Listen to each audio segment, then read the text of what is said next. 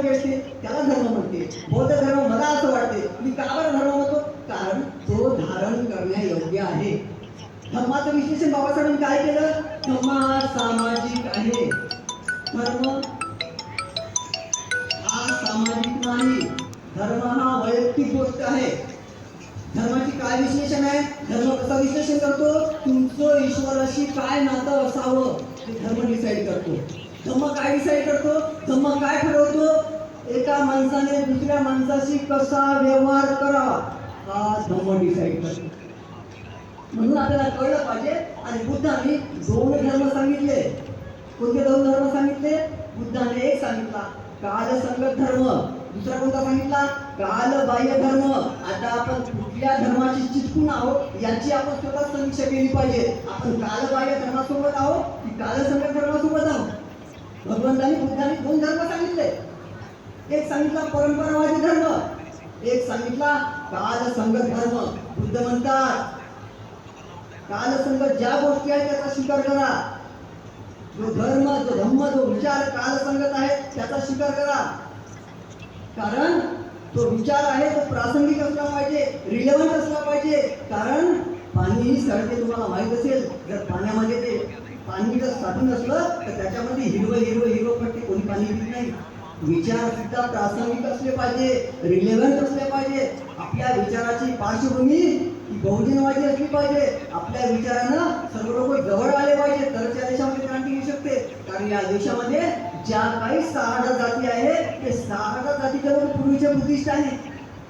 त्यांची ओळख बुद्धिस्ट आहे, ते पूर्वीचेच बुद्धिस्ट आहे. त्यांच्या आचरणामध्ये तो धर्म असला पाहिजे. आणि नसेल तर आपल्याला ते सांगावं लागेल, हे उद्देश आपण मनाशी बाळगलं पाहिजे, मला असं मला वाटतं. धर्मबंधूंनो, वेळ खूप झालेला आहे, मला माहीत आहे तुम्ही खूप थकलेले आहे. जाता जाता एवढंच सांगतो, जास्त काही बोलत नाही. परंतु एक मला नामदेव दत्ताची कविता आठवते. नामदेव दत्ता तुम्हाला माहीत आहे पद्मश्री पद्मविभूषित आहे. ते त्यांनी एक मानसाने नावाची कविता लिहिली. त्याच्या शेवटच्या काही ओळी सांगतो. ते म्हणतात की नंतर उरल्या सुरल्यांनी कोणी कुणाला गुलाम करू नये. नंतर उरल्या सुरल्यांनी कोणी कुणाला गुलाम करू नये. तू काळा, तू गोरा असं म्हणून कुणाला हिंडू नये.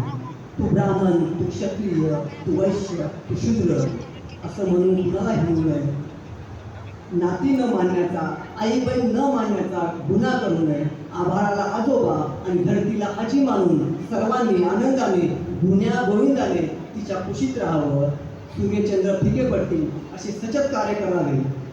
माणसाने सुप्त रचावे माणसावर, माणसाचे गाणे गावे माणसाने. म्हणून मला असं वाटते की आपण किमान या देशामध्ये माणसाचेच गाणे गायले पाहिजे, माणसाने त्यांच्यावर सुप्त असलं पाहिजे. कारण सर्व प्राणी म्हणूनच जन्मतात. जसं हत्ती म्हणून जन्मतो, सिंह म्हणून जन्मतो, लांडगा म्हणून जन्मतो, गाय म्हणून जन्मते. पण आणि ते सर्व प्राणी ते बनूनच मरतात. वाघ बनूनच मरते. परंतु माणूस हा माणूस बनून मरतो की नाही हा प्रश्न आहे. म्हणून माणूस बनण्याचं तंत्र, माणूस बनण्याचं कार्य, माणूस बनण्याचा सिद्धांत, माणूस बनण्याचं जे काही अप्रतिम असा विचार आहे तो धम्मपरिषदेच्या माध्यमातून आपल्याला विचारक लोक देत असतात. त्या अनुषंगाने आपण शिकलं पाहिजे.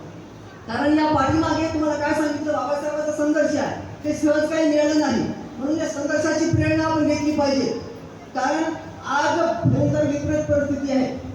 कारण आज देश खूप भयंकर परिस्थितीमधून जात आहे, ही आपल्याला कल्पना असली पाहिजे. आज शोषणमुक्त समाज आपल्याला जर करायचे असेल तर या देशामध्ये जे काही गुलाम आहेत त्यांना मुक्त करण्याचं जे काम आहे ते आपलं आहे.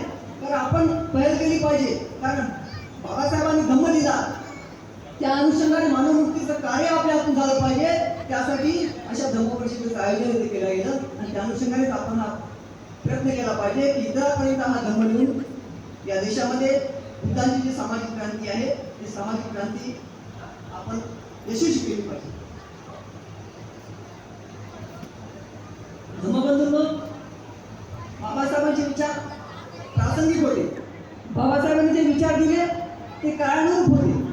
ते काळानुरूप विचार समाजापर्यंत आपण घेऊन जाल. आणि या देशामध्ये फुले शाहू आंबेडकरांचं जे स्वप्न होतं ते स्वप्न आपण पूर्ण केलं पाहिजे. कारण हा धर्माचा मुद्दा जरी असला परंतु या देशामध्ये बाबासाहेबांनी धर्म स्वतंत्रता अधिकार दिला. त्या अनुषंगाने ज्योतिराव फुलेजी त्यांचे गुरु आहे, त्यांनी धर्माचे विश्लेषण कसं केलं. एक धर्मविश्लेषणाचं उदाहरण तुम्हाला सांगतो. ज्योतिराव फुलेंनी धर्मविश्लेषणाची व्याख्या केली. ज्योतिराव फुले स्वतः काय म्हणतात. ज्योतिराव फुले म्हणतात की एका कुटुंबामध्ये 4 जे असतात, जसं पत्नी, पती, मुलगा, मुलगी, असे 4 व्यक्ती जरी असले तर 4ही व्यक्ती वेगवेगळ्या धर्माचे असू शकतात. ज्योतिराव फुलेंचं धर्मसहिष्णुतेचं विश्लेषण आहे. ते म्हणतात की एका कुटुंबामध्ये 4 व्यक्ती 4 धर्माचे असू शकतात. जर पतीला वाटलं तर त्याने नवा करार जुना करार वाचून ख्रिश्चन धर्मी व्हावे. पत्नीला वाटलं तिने बौद्ध धर्मीय पुस्तक वाचून तिने बौद्ध धर्मी व्हावे. कन्येला वाटलं की एखादा कुराण वाचून इस्लामी धर्मी व्हावे. मुलाला वाटलं आपण सार्वजनिक सत्यधर्मी व्हावे, तर सार्वजनिक सत्यधर्माचं पुस्तक वाचून त्याने सार्वजनिक सत्यधर्मी व्हावे.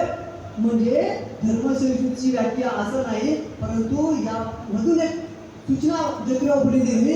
यामध्ये एकाही विषमतेला मानणाऱ्या धर्माला त्यांनी नाव नाही घेतलं, त्यांना जागा दिली नाही, त्यांचं स्थान त्यांनी घोषित नाही केलं. त्यांनी 4 असं धर्माचं नाव घेतलं जे 4ही धर्म समानतेला मानतात, 4ही धर्म इक्वॅलिटीला मानतात, 4ही धर्म समतेला मानतात, 4ही धर्म कशाला म्हणतात. मसावाद. मसावाद काय आहे. आपल्याला बऱ्याच लोकांना मसावाद समजत नाही. मसावाद म्हणजे इक्वॅलिटी, समानता.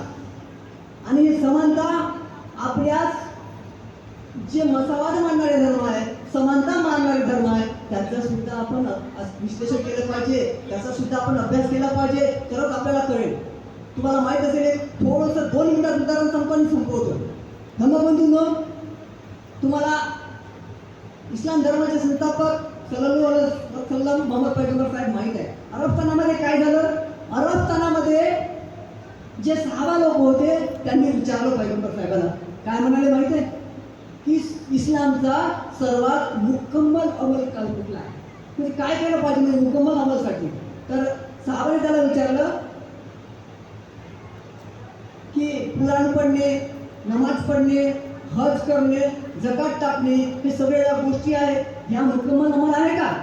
तेव्हा पैगंबर साहेब म्हणाले नाही. सहाबाला वाटलं आश्चर्याची गोष्ट आहे, या सगळ्या चांगल्या गोष्टी आहेत, तरी मुकम्मल अमल नाही, तर कुठली गोष्ट आहे. तर पैगंबर म्हणाले सर्वात इस्लामची मुकम्मल अमल आहे मोहब्बत.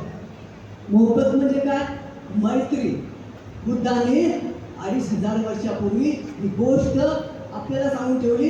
पैगंबर साहेबांनी ती उचलली, पैगंबर साहेबांनी ती घेतली, परंतु आपल्याला अजूनही कळलं नाही. बुद्धांनी मोहब्बत सांगितलं, मैत्री सांगितली, आपण इतरांशी कसं वागावं हे बुद्धांनी 2500 वर्षापूर्वी सांगितली. अरबस्थानामध्ये पोचला इस्लाम धर्म, अरबस्थानामध्ये निर्माण झालेला इस्लाम धर्म, त्यांनी ती गोष्ट उचलली, परंतु आपल्याला अजूनही ती गोष्ट कळत नाही. शोकांतिक आहे. म्हणून आपण धर्माची गोष्ट आहे, मोहब्बत आहे, प्यार आहे, ही गोष्ट आपण शिकलो पाहिजे. कारण 2500 वर्षापूर्वी बुद्धांनी सभ्य गाथेमध्ये बुद्धांनी सांगितलं. बुद्ध म्हणतात सभ्य सत्ता सुखी होऊन तू सभ्य होतू तर खेमील हो, सभ्य भजनानी पसंतू मार्गाची दुःख मागमा, याने तर भूतांनी समागतांनी भूमानी यानी वंत नित्य सभ्य भूता सुना भवंतु अतोपी सत्य सुनंतू भाजितं तस्माही भूता निसमेतन सभे नेतन करत. मानुषिया पदाय, मानुषिया पदाय, मानुषिया पदाय, माणसावर प्रेम करा. बरोबर, माणसावर प्रेम करा. अजून आपल्याला ते माहीतच नाही. त्यांनी काय सांगितलं. आपण द्वेष पसरवत आहोत. हा माझ्या जातीचा नाही, हा माझ्या धर्माचा नाही. कारण धर्म नंतर येते, पहिल्यांदा माणूस येते, माणसाचे अधिकार येते, नंतर धर्म येतो. म्हणून आपण हे पाहिलं पाहिजे. आणि त्या अनुषंगाने अशा धम्मपरिषदेचे लाभ घेऊन, त्या विचार घेऊन आपण जनमानसापर्यंत, जनसामान्यापर्यंत पोहोचावं आणि हा बौद्ध धर्म या जगामध्ये आपण पसरवला पाहिजे. केवळ आचरणाने होणार नाही. मी पण सांगत आहोत, केवळ आचरणाने होणार नाही. म्हणजे आपण केवळ आचरण चांगलं केलं म्हणजे बौद्ध धर्म पसरेल असं काही होत नाही. आपण आचरण चांगलं केलं म्हणजे काय बौद्ध धर्म पसरेल असं नाही. कारण बाबासाहेब काय म्हणतात, एके ठिकाणी बाबासाहेब म्हणतात मी केवळ समतेला मानणार नसून समतेला प्रस्थापित करण्याचा प्रयत्न करेन. कारण बौद्ध धर्म हा मानण्याचा नाही आहे, सिद्धांत हा मानण्याचा नाही आहे, तर बुद्ध धर्माचा सिद्धांत हा प्रस्थापित करण्याचा आहे. हे 4 तत्व जे प्रिन्सिपल आहेत ते मानण्याचे नाही आहे, तर प्रस्थापित करण्याचे आहे. आणि बहुजन समाजामध्ये ही बुद्धाची विचारधारा, बाबासाहेबांची प्रेरणा आणि फुले शाहू आंबेडकरांची जी विचारधारा या देशामध्ये आहे, ती विचारधारा आपण जनसामान्यापर्यंत पोहोचवाल हीच आशा अपेक्षा व्यक्त करतो. आणि जाण्यापूर्वी एक गोष्ट तुम्हाला सांगतो. बरं झालं वेदाने आम्हाला नाकारलं. बरं झालं वेदाने आम्हाला नाकारलं. मी आभार मानतो त्या वेदाचे, मी आभार मानतो त्या वेदाचे, वेदवाचकाचे.